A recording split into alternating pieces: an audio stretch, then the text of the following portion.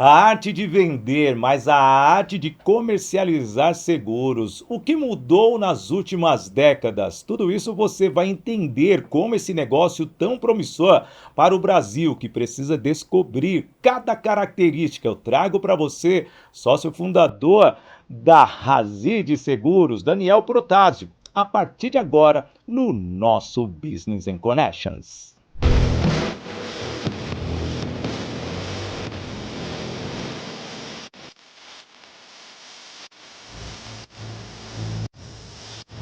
Alô amigo, alô amiga, seja bem-vindo ao nosso Business and Connections de hoje. Estamos no canal Sidney Botelho, já peço para você se inscrever. Estamos também no canal do YouTube Podcast Business and Connections, no canal do YouTube do IG, Portal IG e no IG Play. Seja bem-vindo, seja bem-vinda. É muito interessante você chegar aqui porque nós falamos de negócio, nós falamos de conexões, nós elevamos ainda mais as empresas e quando uma empresa quer crescer, ela precisa vender. Mas como comercializar seguros, ainda mais nos dias atuais? Eu trago um especialista comercial, mas entende muito de seguro, Daniel Protásio, onde aqui representa a Razide Seguros. Seja bem-vindo do Rio de Janeiro para São Paulo. Dizem que você é flamenguista, é isso mesmo, mas aqui a gente não fala de futebol, é o maior clube do Brasil, podemos dizer. E seguro é um dos maiores produtos do Brasil também para vender ou não?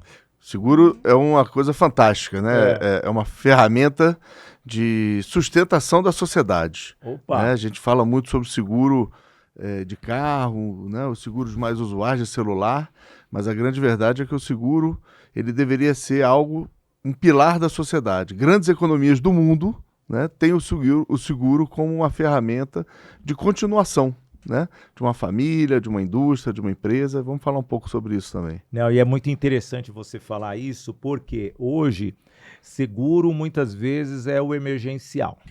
As pessoas pensam, vamos dizer assim, que é aquela coisa, é a TV a cabo da sua casa quando você está numa crise. A primeira coisa é cortar o seguro.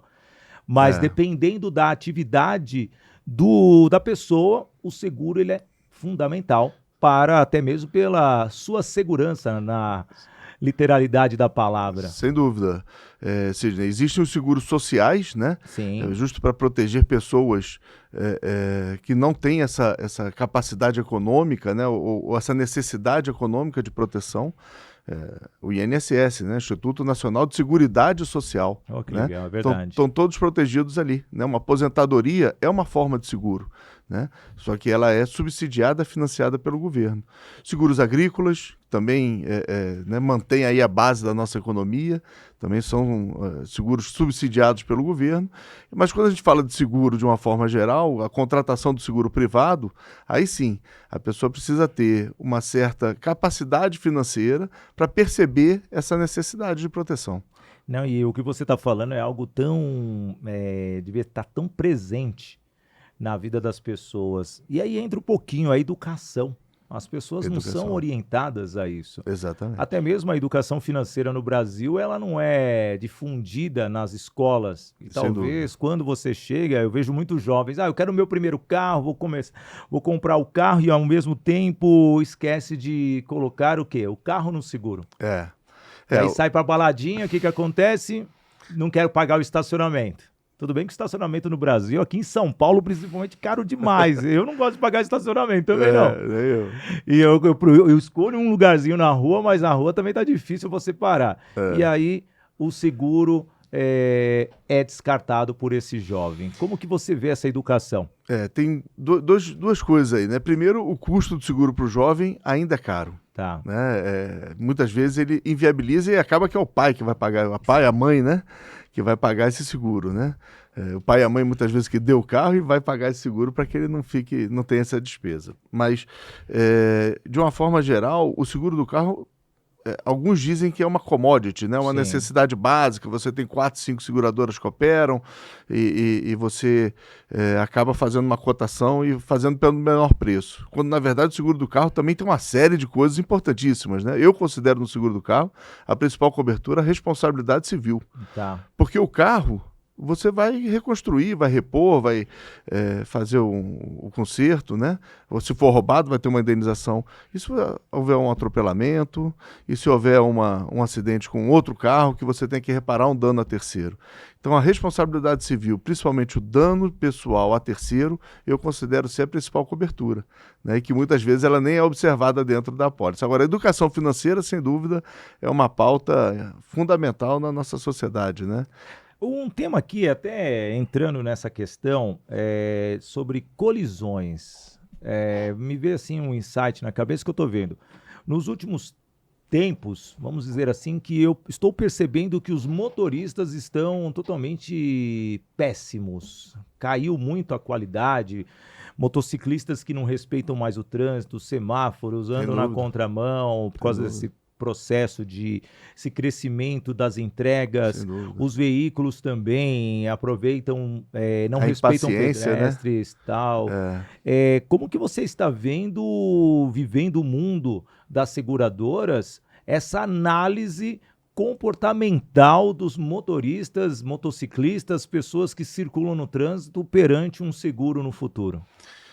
Olha, Sidney, a frequência de sinistros, né, ela se mantém estável, né, é algo que vem acontecendo, mas sem dúvida, seguro de motociclistas, de motos, né, de entrega é algo é um nicho de mercado, né? Não é uma coisa que todo mundo faz, né? Realmente você precisa ter uma certa especialidade, conhecer melhor isso. Agora, as regras de trânsito são as mesmas, né? Algumas vêm evoluindo, mas isso que você comentou com relação a respeito às regras, né? Aqui em São Paulo criaram uma faixa azul. Que facilitou muito. Mas por quê? Porque justamente era um desrespeito às regras, né? Eles andavam pelo corredor, então se oficializou o corredor, que eu acho que facilitou e foi uma boa solução. Tá aí, os índices de acidente caíram, né, muito nesses lugares, né? Então o futuro é esse, o futuro seguro está aí também para se adaptar à realidade daquele momento. Não, e a questão é o seguinte, mesmo na faixa azul, é lamentável você ter motociclistas querendo empurrar o outro, acelerar, provocar um acidente, tudo por causa de uma entrega. Tudo por causa da produtividade. Eu sei que aquela pessoa que está na frente dele, olhar aqui para a pessoa de casa, a pessoa que está à sua frente, na faixa azul, ela também está indo trabalhar, ela tem uma família, não é porque você tem um baúzinho atrás de você, ou uma mochila com qualquer outra coisa, que você precisa ser tão agressivo. E isso acontece muito nos dias atuais. Na minha visão, e é o Sidney falando aqui, eu acredito que as empresas de deliveries e entregas estão na hora de analisarem a capacidade de quem está levando aquele produto, principalmente as empresas de e-commerce, fazer uma análise, talvez uma solução para o governo, colocar um tacógrafo, né, em cada moto conectada com satélite para monitorar se a pessoa vai para trás, vai para frente e ao mesmo tempo começar a analisar as vias e ter mais punições. É basicamente isso. E você vai ver, o que eu estou falando aqui, pode guardar esse episódio, lá na frente as seguradoras vão começar a analisar comportamentos deles diante para ter a cobrança um pouco maior no seguro. Se já não tem. Já tem. Hoje já é possível, algumas seguradoras que participam do Sandbox. Sandbox é uma iniciativa da SUSEP, que é o órgão regulador do mercado de seguros, que incentiva a criação de insurtechs, né? Seguradoras que trazem novas tecnologias, novas formas de enxergar e calcular e ofertar seguros, né? Então tem os níveis S1, S2, S3, S4, ela vai evoluindo ano a ano conforme ela vai ganhando experiência. E algumas delas já trabalham com a telemetria pelo celular. Que legal. Né? Já existe isso, né? Ainda não é muito difundido, porque o método de venda de seguros no Brasil ainda é... Arcaico? Arcaico não, mas ele é um método tradicional, né? Ainda é muito pessoa a pessoa, né? Porque seguro é confiança, né? Você, certamente, a pessoa que você contrata seguro é uma pessoa que você confia muito, né? E você confia que ela está fazendo o melhor para você.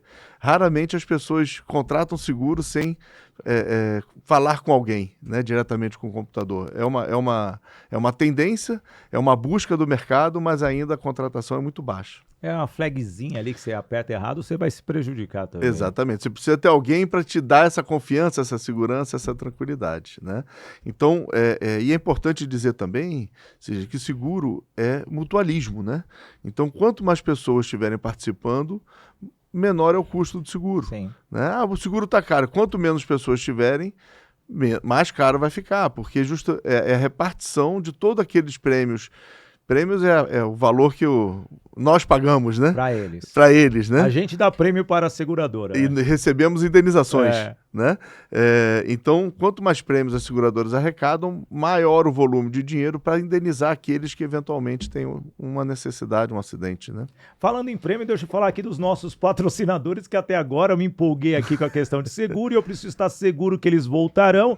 Quero agradecer inicialmente os nossos apoiadores, a agência Sou Digital, a agência que cuida de todas as marcas do grupo Sidney Botelho. Também agradeço a Doco Technology, isso, Bitrix 24, um CRM que aumenta a sua produtividade.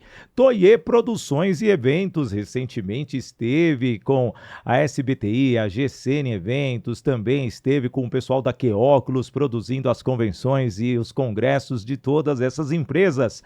Também a Unielas Marcas e Patentes, registrando a sua marca, deixando com que você fique seguro para que ninguém roube a sua ideia.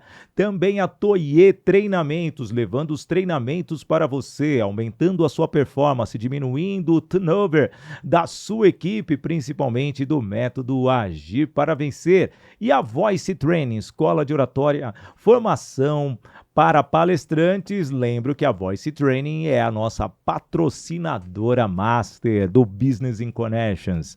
Daniel, estava conversando com você aqui no off a história do seguro. A história do seguro. Cara, teve uma mudança, 73, aí veio uma atualização. Conta um pouquinho para nós, por favor, que você foi bem teórico, eu gostei desse bate-papo.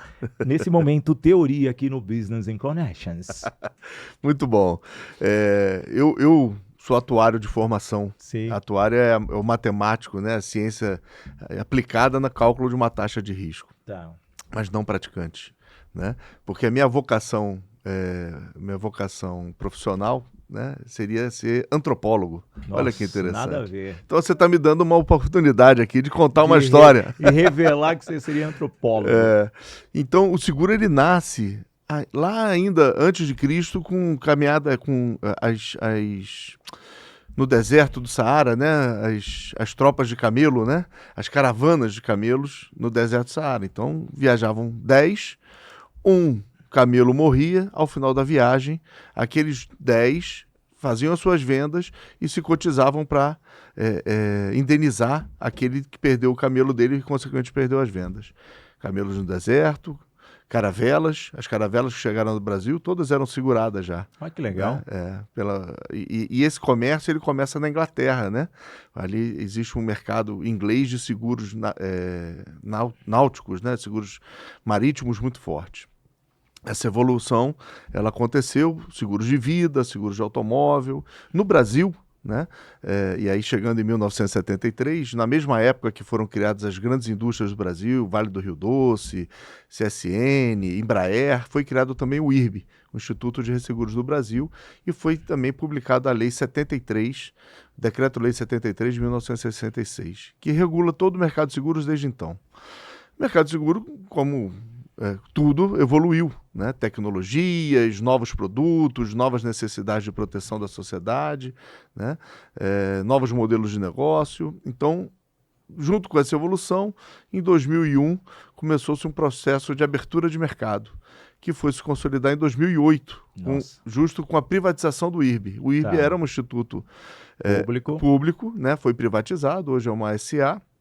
O governo ainda tem uma Golden Share lá, né? Mas ele é totalmente uma indústria privada, né?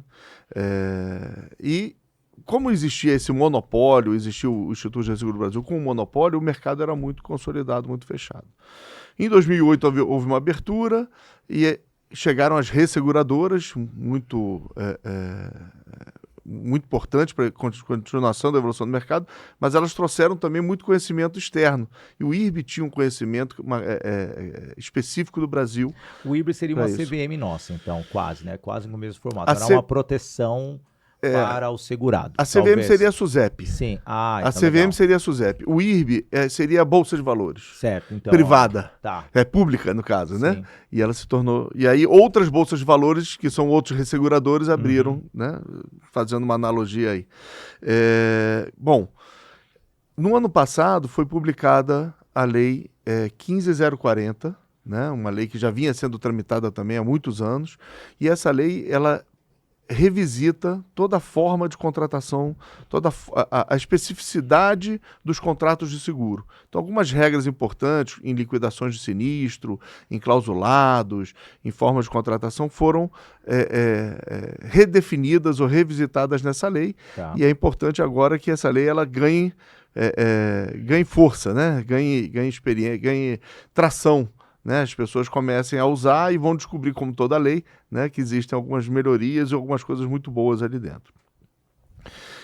Em janeiro desse ano, uma outra lei, né, foi aprovada também, que foi a Lei 213 ou 215 de 2025, que fala sobre cooperativas de seguro. Isso também é uma nova... modalidade de contratação, uma coisa que, assim como existiu o Uber para o táxi, existiram as cooperativas para seguradoras, né? Não, e é interessante então, você falar que hoje, né, cooperativas são fundamentais. Temos aí Sicoob, Sicredi, e elas cresceram muito, se tornaram acessíveis para as pessoas. Sim, as cooperativas de crédito, e essas que você citou, são especificamente cooperativas de crédito rural. Né?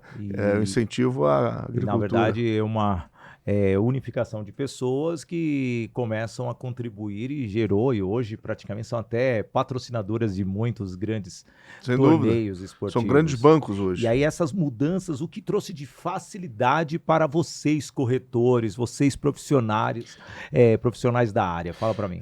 O bom disso tudo para o corretor é que, uma vez regulamentado, você disputa um jogo com regras claras, né?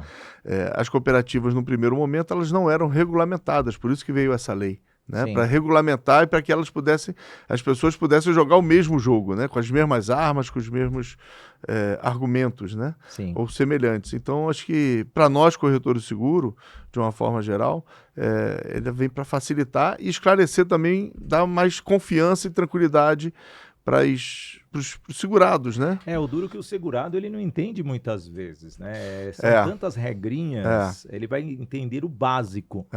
E muitas vezes tem você que trabalhou no mundo corporativo, analisando riscos, e às vezes um risco talvez é intangível, porque é só uma suposição. Vamos pegar Brumadinho. Cara, existe um risco.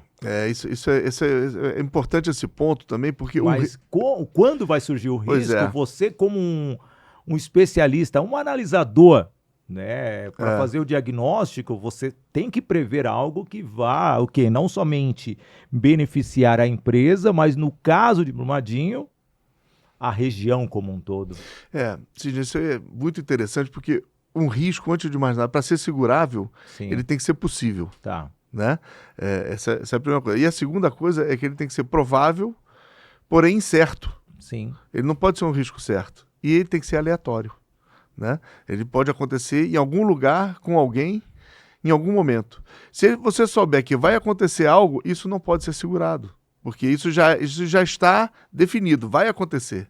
Isso então, não é um risco, é uma certeza. É uma certeza. Então a certeza não prevê, então, não pode estar no contrato. A certeza não pode estar no contrato. Né? A intenção não pode estar no contrato, ela tem que estar ali uma proteção. Ele tem que ser incerto, provável, aleatório, mensurável. Né? Então tem algumas características importantes para o risco. Isso é interessante, para as pessoas até mesmo entenderem por que às vezes o seu seguro é vetado.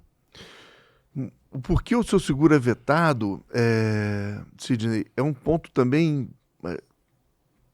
É um ponto interessante porque ele é vetado por questões de análise de risco e apetite de risco da seguradora. Então, as seguradoras, elas definem seus guidelines, suas guias de aceitação, né? E eu quero aceitar jovens entre 18 e 28 anos, com carros populares e que morem numa região X ou que morem num estado Y. Tá. Né? Então a seguradora define o seu apetite de risco e vai para cima daquele. Então se alguém de um outro estado, de uma outra faixa etária, com outro carro, solicita para ele uma aceitação, ele fala, não vou fazer. Por quê? Porque você está fora do meu apetite de risco. Você está fora... Porque elas precisam, toda seguradora precisa formar, como eu falei antes, uma massa. Tá. Né? Uma massa com características semelhantes para que, caso um desses da massa tenham uma avaria, ela tenha recursos para isso. Não, e é interessante que você está falando que precisa juntar um grupo, quase um consórcio, gente. É isso. É um consórcio. Você junta um grupo para a seguradora ter uma garantia.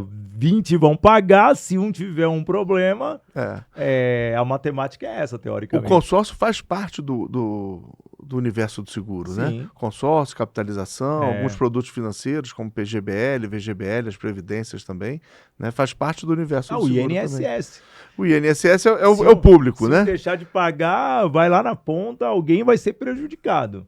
Exatamente. Eu acho que quando eu chegar aos 65 anos, eu espero ter ali um pouquinho de dinheiro para o governo me pagar. Eu acho bom você ainda pensar numa previdência privada, em algum tipo de economia. Não, em 20 anos ainda deve sobrar um dinheirinho, mas olha, para quem tem aí 19 anos, olha, se for aposentar, não queria te desanimar não, mas é melhor você fazer uma previdência privada hoje. O quanto antes você conseguir fazer suas economias, né? Sejam elas através de uma previdência privada, que vai te trazer uma tábua atuarial, que vai te permitir uma renda vitalícia, né? Ou seja, elas através de uma simples economia num fundo de investimento, né? E a gente volta para o ponto da educação financeira, né? É fundamental que um jovem ele guarde 20% da sua renda. Se ele guardar 20% da sua renda durante 20, 30 anos, né, ele certamente vai ter uma independência financeira e seu direito de escolha é garantido. Não, né? Facinho. Trazendo ainda essa questão dos riscos das companhias, Daniel, é importante salientar toda a análise de vocês que levam aquele contrato, tanto para a seguradora quanto para o cliente. Como que é feita essa análise? Como que vocês verificam? Vocês ouvem, vão até o local? Porque tem aquele filme Quem Vai Namorar, Quem Vai Ficar com Mary, eu acho, do Ben Stiller. Acho que ele é um segurador, ele fica arriscando a namorada, até a questão do amendoim. Cara, é um filme muito legal. E aí ele vai pondo os riscos, eu acho que a namorada é até a Jennifer Aniston, e aquele filme eu acho que mostra muito, né, os riscos. E ele ainda tá com um rapaz lá, um CEO de uma empresa que é aventureiro, pula de paraquedas, salta de bungee jump, faz alta de tudo, exposição. Alta exposição, e ficam ali tentando realmente entender se aquela pessoa vai ter o seguro aprovado ou não. É esse tipo de trabalho que vocês fazem ou hoje está tudo automatizado? Eu vou responder a sua pergunta, mas antes eu vou lembrar também do Senhor Incrível, né? Os Incríveis. A profissão do Senhor Incrível, antes dele ser um super-herói, ele era um analista de sinistro, né? Então o mercado de seguros, ele está também dentro, né? Inserido nesse mundo midiático também, e da diversão. Ali, né? Aliás, é o tamanho do Senhor Incrível, é isso aí. Você devia ter vindo com o colando aí. Aquela máscara. A barriga já tá igual. Muito Você que bem. Trouxe o assunto à mesa, cara. Mas tem alguns assim. Mas assim, fica vermelha a cara sem vergonha, né? Mas respondendo a sua pergunta, o papel do corretor de seguro é justamente fazer essa primeira interface com o cliente, entender a demanda dele. Né? Assim como um médico, né? A gente tem que fazer toda a anamnésia para entender qual é a necessidade daquele. Eu quero seguro de automóvel, beleza. Ok, o que você quer um seguro de automóvel, eu entendi. Agora, que tipo de seguro de automóvel? Qual a franquia? Qual o carro reserva? Qual a assistência que você vai precisar? Qual o RCF que você vai precisar? Onde você vai circular? Então, tem uma série de questões que é a avaliação de risco, que é um papel do corretor de seguro. Uma vez com essas informações, ele vai buscar nas seguradoras a melhor solução.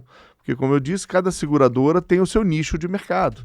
Né? Então, você vai encaixar aquele perfil de cliente com aquele perfil de seguradora. Né?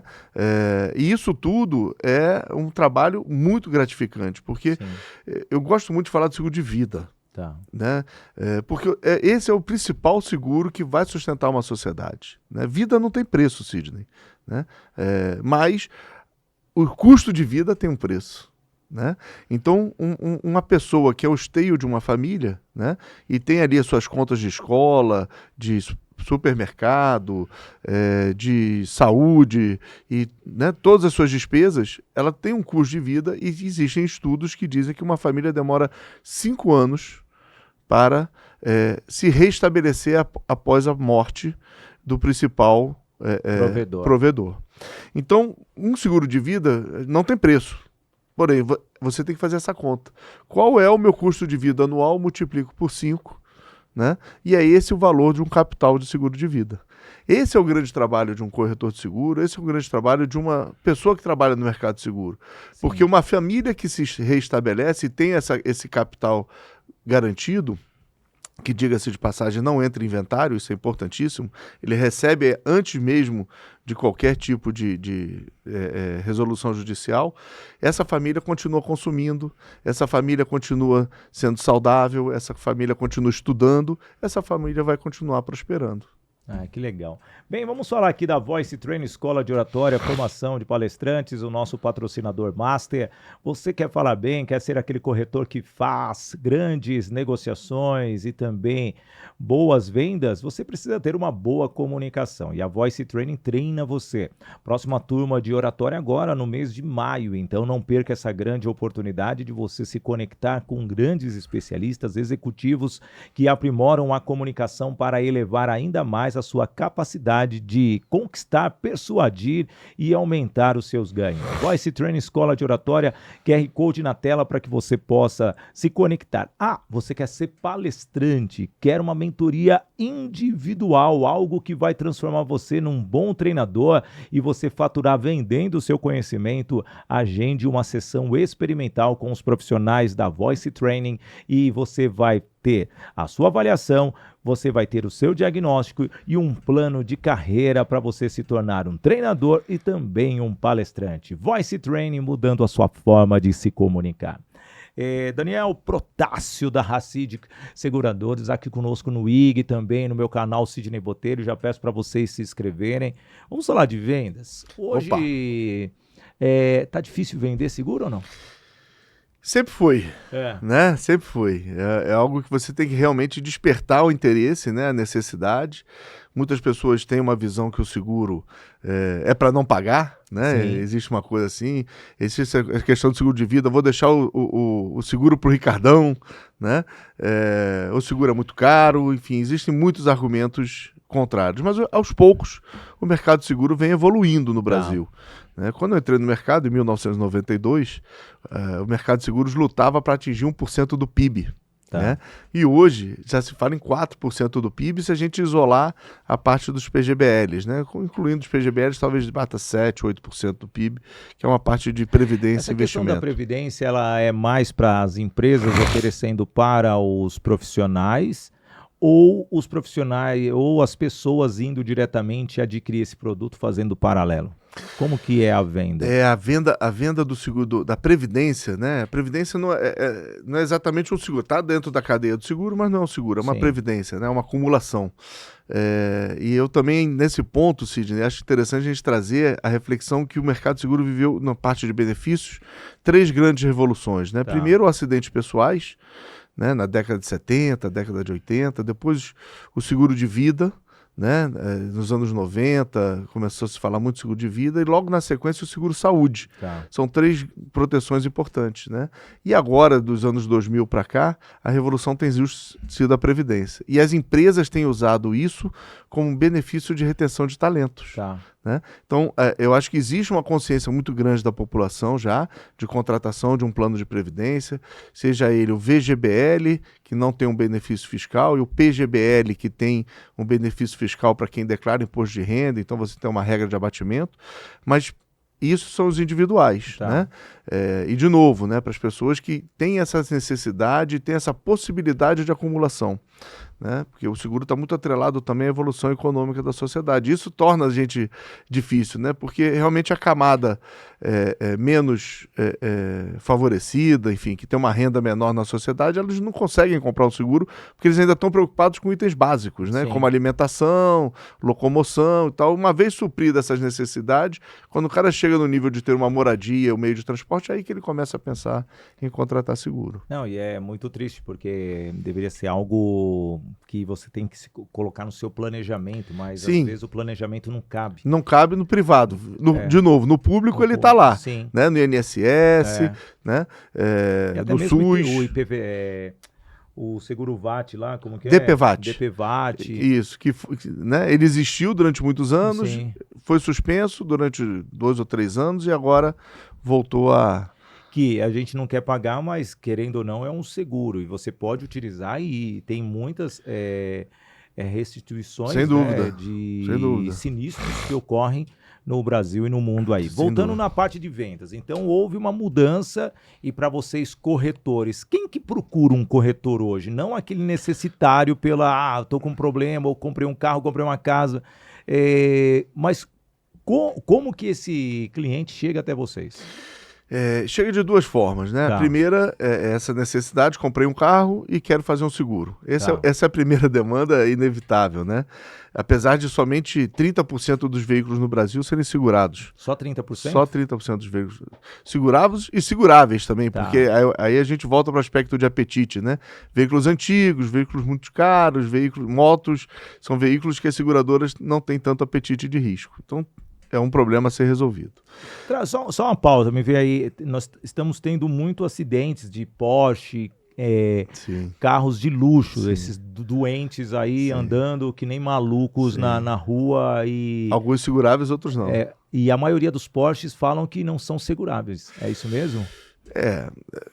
São seguráveis, né? Tá. É possível fazer o seguro, né? Mas é um seguro caro, né? Sim, porque os rapazes... Porque o carro é caro. Os atropeladores que mataram pessoas recentemente, os carros deles não tinham seguro.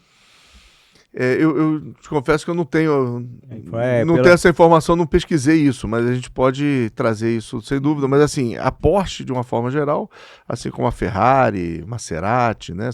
Mas a Porsche e a BMW acho que são carros de luxo mais populares, né? Sim. São carros seguráveis, muitas vezes blindados, né? A questão é que você tem um custo aí que você tem que... E é mais alto, né? É mais alto. Um seguro de uma Porsche pode custar 40 mil reais. Um seguro deles, né? Dependendo do valor do carro, tem Porsche aí de 1 milhão. Né? Mas se você tem dinheiro para comprar um 1 milhão, deveria fazer um seguro. Se você não tem e 40 mil reais para pagar no seguro, você é negligente, até com você próprio. Mas vamos sair da Porsche, vamos trazer para um carro popular. Vamos trazer né? no meu carrinho o seu sedã, né? Seu carro de 80 mil reais. E volto a falar. Que é o carro popular no Brasil. Que é o carro popular no Brasil. Diga-se de passagem. É o carro mais barato hoje vendido, parece que é isso, né? O zero. O principal seguro, Sidney, e essa mensagem eu queria deixar para o pessoal de casa, quando você olhar o seguro de automóvel, olhe para a cobertura de responsabilidade civil facultativa de veículos, RCFV. Né? Ela custa 30% do seu prêmio, porém, ela te dá uma proteção justo se você, ocasionalmente, atropelar alguém. Isso pode acontecer. Não é intenção, você não bebeu e tal, mas um acidente acontece. Você se envolve no acidente e esse dano ele é irreparável. E essa cobertura, muitas vezes, no seguro de automóvel, as pessoas contratam, não, diminui, 50 mil reais, 100 mil reais como mínimo. Olha, eu recomendo que não seja menos de 250 mil. Que não vai resolver muitas vezes, não vai resolver uma vida, mas você vai dar uma proteção melhor, vai poder amparar melhor e você não vai ter um acréscimo muito grande no seu prêmio. E é um detalhezinho que pode fazer a diferença para a outra pessoa. Exatamente. É aí que está o segredo. E muitas vezes a pessoa tira o seguro de terceiro. Tira. Não tirar não consegue porque as seguradoras não permitem. Né? Não, mas tem lá a cláusula, você só quer colisão e roubo. E danos para o terceiro, muitas vezes dá para tirar. Algumas modalidades extremas, né? Sim. Extremas, mas... Para economizar, o cara tira uma fração que vai economizar 50 reais. O que seja 200 por ano, né? Você tem que lembrar que o seguro é uma coisa anual, né? Sim. Então, enfim, não justifica muito, né? já que você está fazendo seguro, tente fazer o melhor possível. Ô Daniel... E é um papel do corretor de seguro também incentivar isso, né? Incentivar e pensa que... Conscientizar. O cliente pensa que o corretor está querendo ganhar em cima uma comissão a mais, mas aí é a consciência, Hoje, você analisando assim em termos corporativos, as empresas já são mais conscientes para fazer seguro? Total. Mas eu trago isso, não somente as multinacionais, mas o micro, o empresário. Como que está sendo essas negociações? Realmente os pequenos empresários, né? Uma padaria, a turma do MEI, né? Tá. Essa turma que está entrando no mercado, que tem o seu negócio em casa, né? As seguradoras já evoluíram para isso, né? Hoje, algumas seguradoras têm já produtos específicos para home office. Né? A costureira, o sapateiro, a pequena cozinha, né? A lanchonete que o cara monta na garagem, porque uma coisa é o seguro residencial, a outra coisa é a atividade comercial. Então, as coisas conflitavam. Hoje já é possível você, numa única pólice, fazer essas duas proteções, mas realmente não existe muito essa conscientização, né? Do micro, do empresário mesmo, empresa As médias sólida. E grandes empresas todas têm seguros, né? Patrimoniais, seguros, quase todos os seguros de vida, está bem evoluído também. Sim. Né? Muitas têm seguros de frotas, né? Enfim, mas o micro, ele vai um pouco de encontro também com a turma que está de baixa renda, né? Porque ele está ali começando, ele está fomentando seu estoque, ele está fomentando, né, seus insumos, né? E preocupado em fazer a primeira carteira, e ele fala, não, o seguro eu deixo para daqui a pouco. E aí é onde está a fatalidade. E vindo essas fatalidades ou aqueles acidentes ou simplesmente... Vamos trazer aqui algo mais trazido pela natureza, enchentes, queda de aviões. Boa pergunta. Como que está sendo visto pela seguradora e também pelos clientes? O seguro de aviação é um ponto importante, né? A gente tem ouvido falar muito de acidentes aeronáuticos, né? Historicamente, é um seguro de baixíssima sinistralidade, né? A gente tem ouvido falar muitos acidentes ultimamente. E Sidney é um caso de sucesso. Né? Nenhum avião decola no Brasil sem seguro.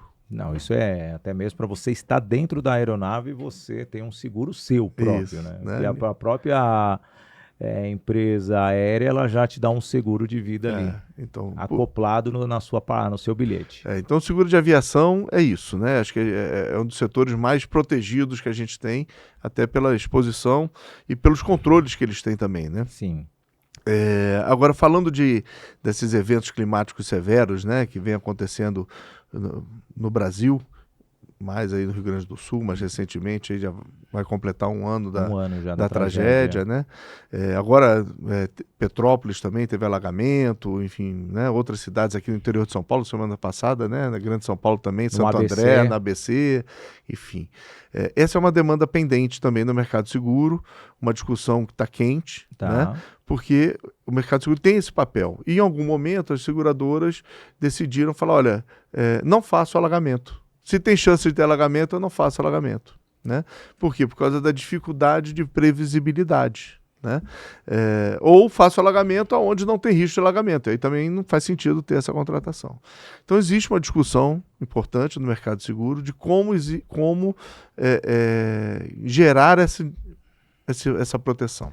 Não, e quem mora ali na região da Barra Funda, ali na Pompeia, perto do Allianz Parque, ali enche. Então, tem seguro ali. Eu queria ter essa curiosidade, porque ali há anos não resolve aquele problema numa região até nobre de São Paulo. Exatamente. Aí a gente volta para a questão dos riscos, né?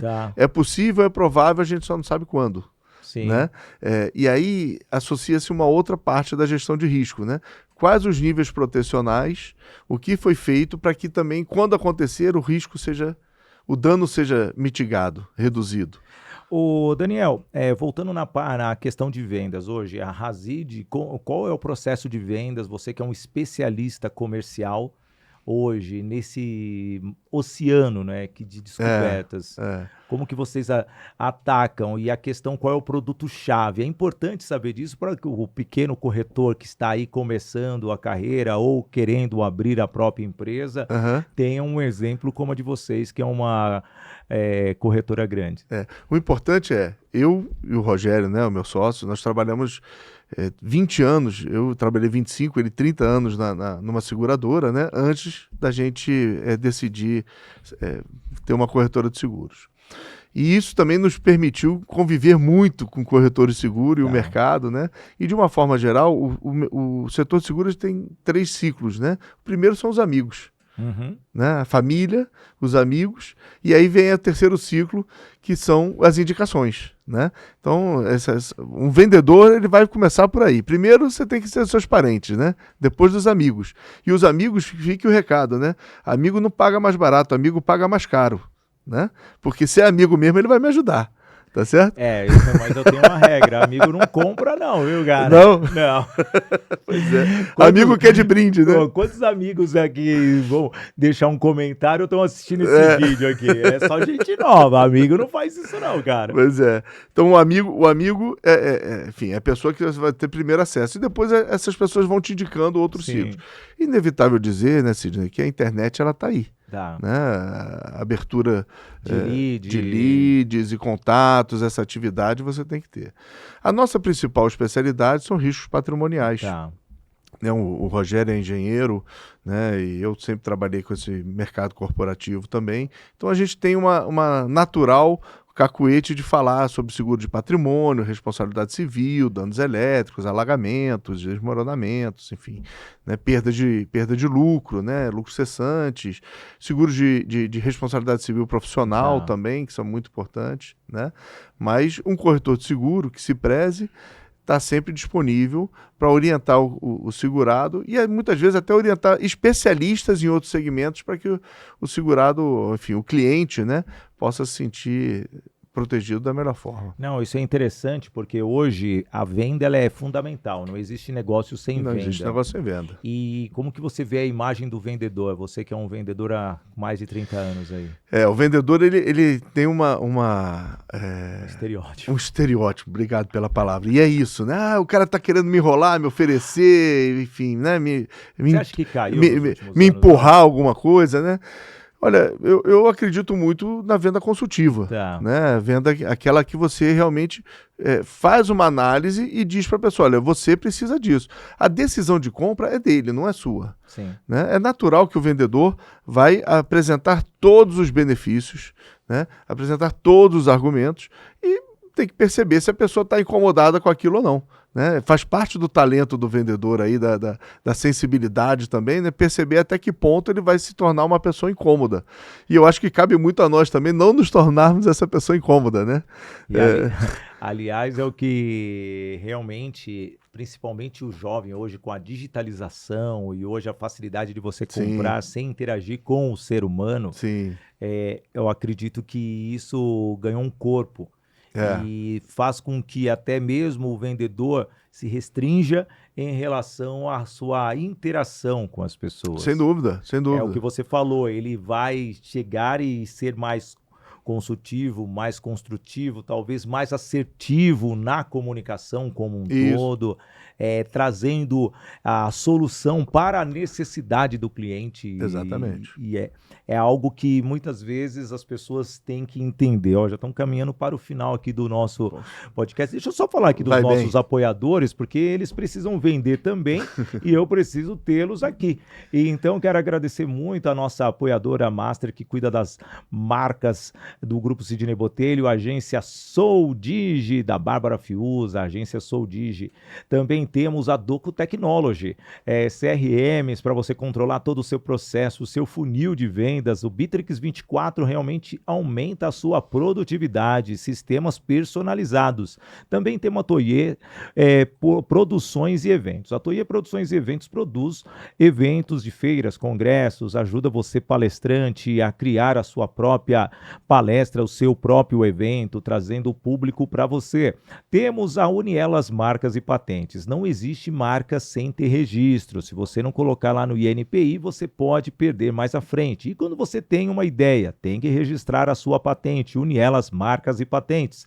Toye Treinamentos, trazendo os treinamentos com o método Agir para Vencer, trabalhando 5 pilares: atitude, gestão, inteligência emocional, relacionamento para você alcançar os seus resultados. E o nosso patrocinador master, a Voice Training Escola de Oratória, formação de palestrantes. Você tem que sim mudar a comunicação da sua equipe, faça com que o seu time tenha uma comunicação assertiva, tanto interna quanto externa, para fazer o seu negócio crescer. Daniel Protásio, estamos caminhando aqui para o final.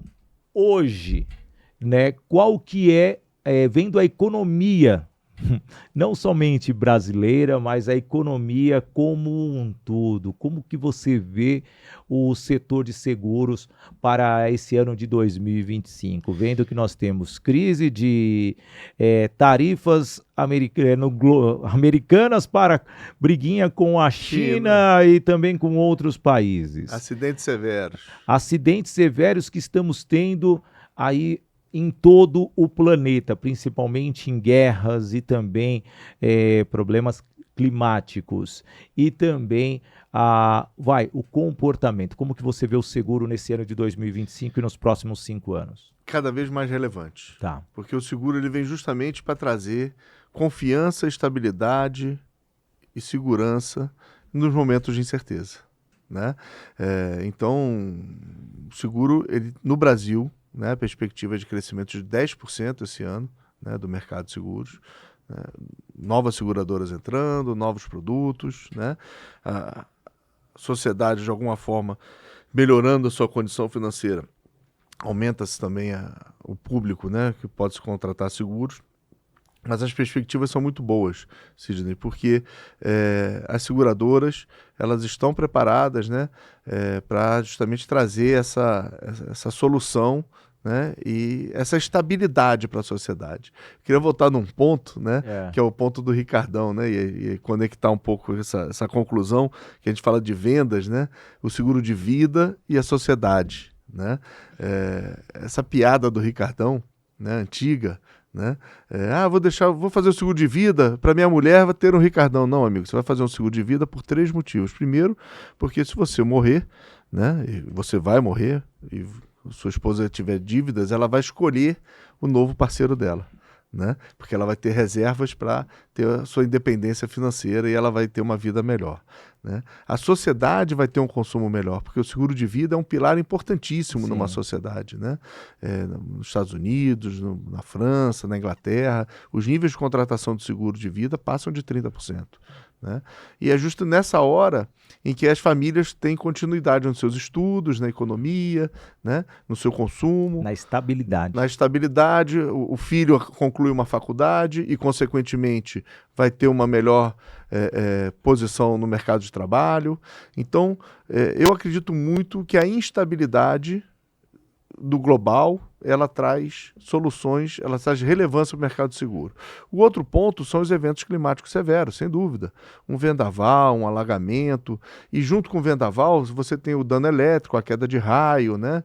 Você tem uma série de outras coisas que vêm ali junto, um desmoronamento, né? Uma queda de talude. Então os riscos climáticos severos, eles também trazem oportunidades e trazem luz para o mercado seguro, né? E as pessoas começam a dar valor. Ô Sidney, você sabe quanto custa um seguro residencial?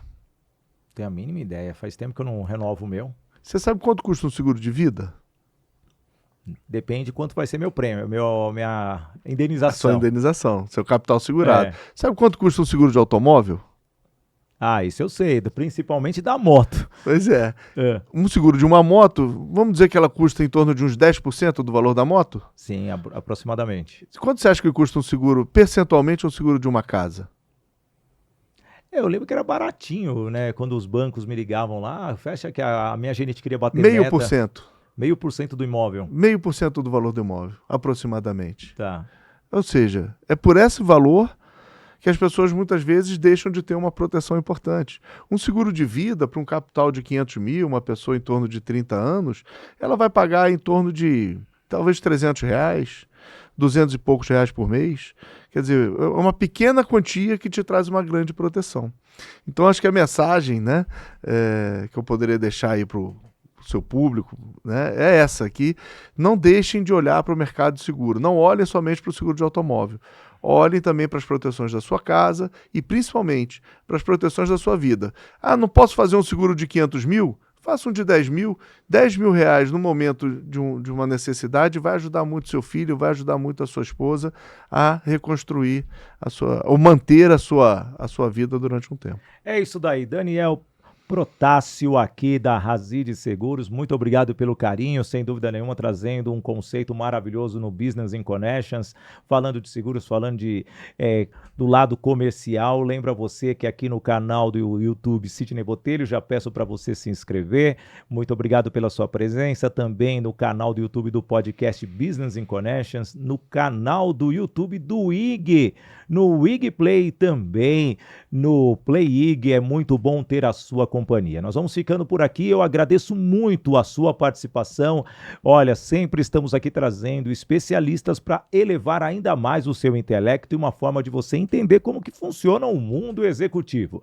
Eu, Sidney Botelho, vou ficando por aqui, te agradeço de coração, e então, como eu gosto sempre de fechar, viva um momento com coragem e coração. Valeu, gente, até o próximo BC, valeu, tchau, tchau!